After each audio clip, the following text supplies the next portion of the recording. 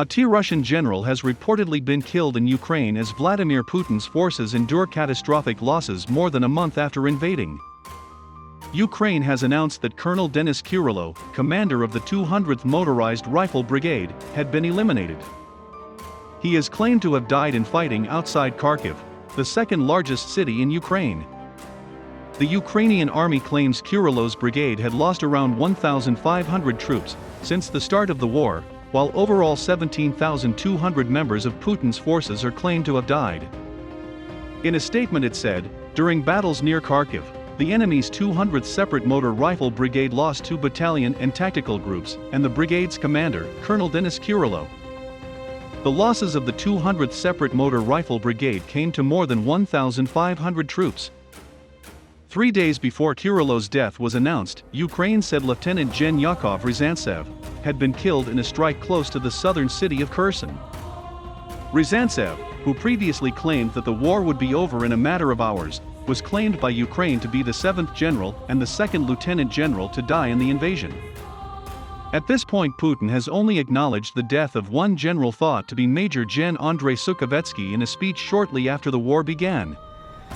Ukrainian forces have also claimed to have eliminated Lieutenant General Andrei Mordvichev, Major General Oleg Mityov, Major General Vitaly Gerasimov, and Major General Andrei Kolesnikov. Additionally, there have been reports that Maj Gen Magom Tusheyev, of the Chechen National Guard, has been killed, the BBC reports. The first general's death came only 4 days into the invasion, and in the just over 3 weeks since, a significant number of Russian military leaders have been killed in battle. Many Russian units suffering heavy losses in Ukraine had been forced to return home and to neighboring Belarus, British military intelligence today. It comes after Russia promised to scale down military operations around Kyiv.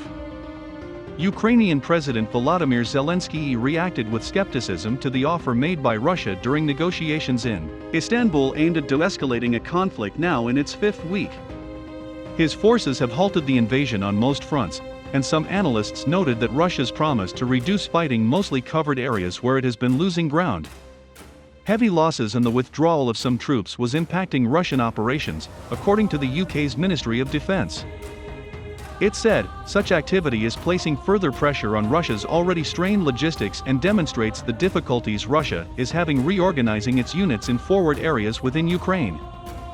Russia has failed to capture any major city in its month-long invasion, while Ukrainian forces have made advances, recapturing territory from Russian troops on the outskirts of Kyiv, in the northeast and in the south.